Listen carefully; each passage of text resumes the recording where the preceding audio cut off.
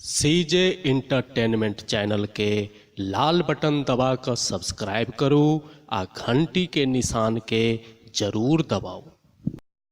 बहिनों खेला चलेली माटिक सामा गढ़ली, बहिनों खेला चलेली हो भैया जीवा हो जुग जुग जीवा हो माटिक सामा गढ़ली, बहिनों खेला चलेली माटिक सामा गढ़ली, बहिनों खेला चलेली हो भैया जीवा हो जुग जुग जीवा हो माटिक सामा गढ़ली, बहिनों खेला चलेली।